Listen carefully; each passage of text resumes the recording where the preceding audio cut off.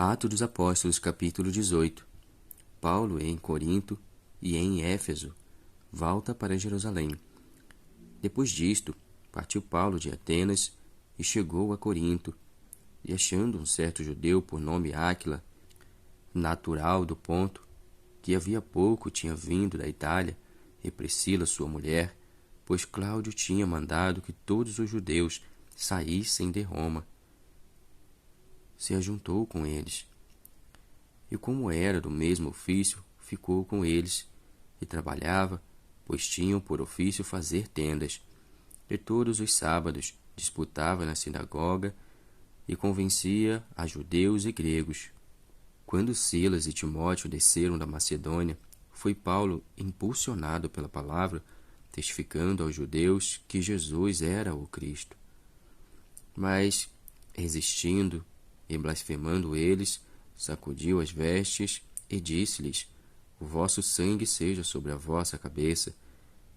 Eu estou limpo, e desde agora parto para os gentios. E saindo dali, entrou em casa de um homem chamado Tito Justo, que servia a Deus e cuja casa estava junto da sinagoga.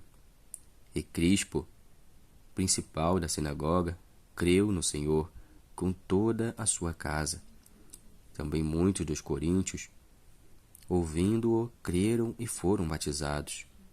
E disse o Senhor, em visão a Paulo: Não temas, mas fala e não te cales, porque eu sou contigo, e ninguém lançará mão de ti para te fazer mal.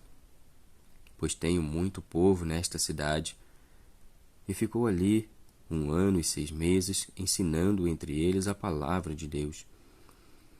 Mas, sendo Galho procônsul da Caia, levantaram-se os judeus concordemente contra Paulo e o levaram ao tribunal, dizendo: Este persuade os homens a servir a Deus contra a lei.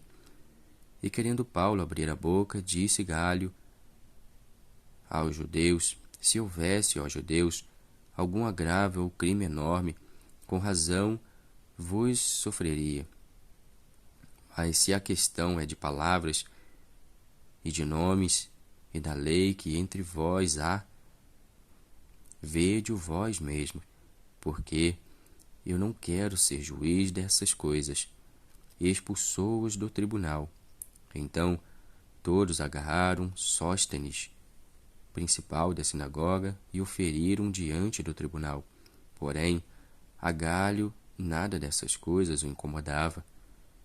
E Paulo, ficando ainda ali muitos dias, despediu-se dos irmãos e dali navegou para a Síria, e com ele Priscila e Áquila, tendo rapado a cabeça em Cencreia, porque tinha voto.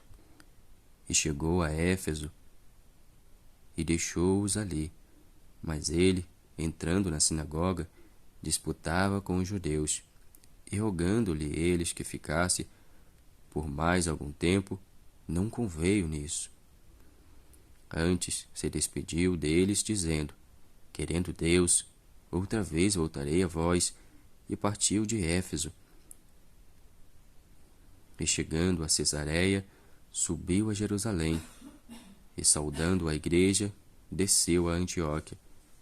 E entrando ali algum tempo, partiu, passando sucessivamente pela província da Galácia e da Frígia, confirmando a todos os discípulos. Apolo em Éfeso e em Corinto. E chegou a Éfeso um certo judeu chamado Apolo, natural de Alexandria, varão eloquente e poderoso nas Escrituras.